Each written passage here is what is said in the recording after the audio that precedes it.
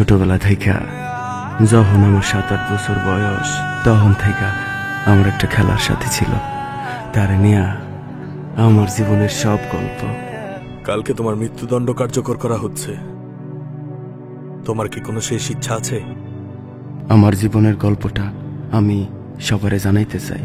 কেন জানি মনে হয় আমি কোনো অপরাধ করি নাই। কি অবস্থা? আজকে আমার চাকরি চলে গেছে। কি বলতেছো? এটার মানে কি? চাকরি চলে গেছে মানে এখন সংসার কিভাবে চলবে? আমি আর তোমার সংসার করব না। আমাকে প্লিজ একবার বলতে দাও, সবাই মেনে নেবে। তোমার কি মাথা খারাপ হয়েছে? তুমি বাসা পর্যন্ত চলে আসছো, প্লিজ চলে যাও এখান থেকে। কেউ মেনে নিবে না। এত বড় সাহস, তুই শেষ পর্যন্ত বাসা পর্যন্ত চলে আসছিস। এত স্পর্ধা কই পাস তুই? কই পাস জানোয়ার?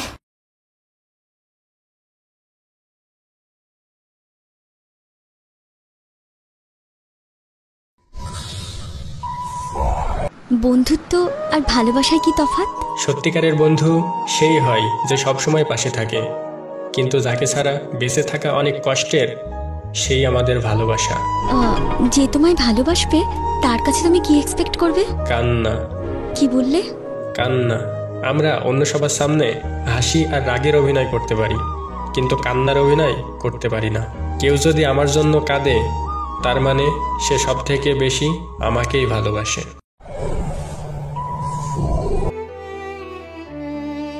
আর শোনো, আমি তোমাকে যেটা বলবো বলে ডেকেছিলাম, আমার পক্ষে রিলেশনটা রাখাটা সম্ভব না। আমি তোমাকে বলবো বলে ভেবেছিলাম, বলতে পারিনি। আমার লাইফে অন্য কেউ এসেছে।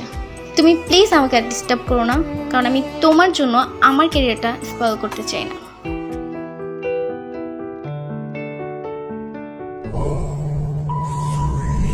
কি ভাবতাছো?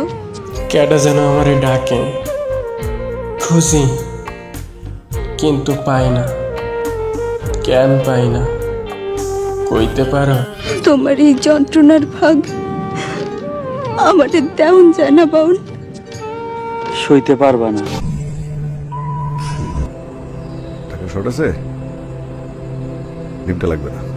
কষ্ট কইরা কত চলবা? বাড়িটা বেচা একটা ফ্ল্যাটে ওঠো, শেষ বয়সে একটু আরামাইশ করো। পূর্বপুরুষের ভিটামাটি সন্তানদের আগলে রাখতে হয়, তাহলে পাপ হয়, পাপ।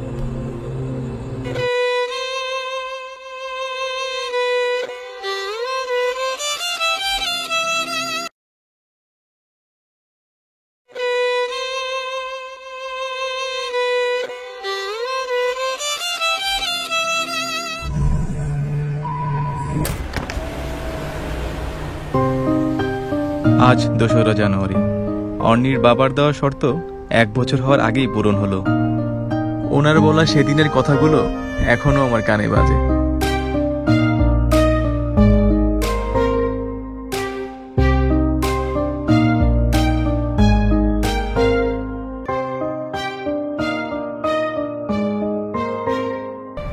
নিশ্চয়ই তিনি এখন আমাকে আর ফেরাতে পারবেন না।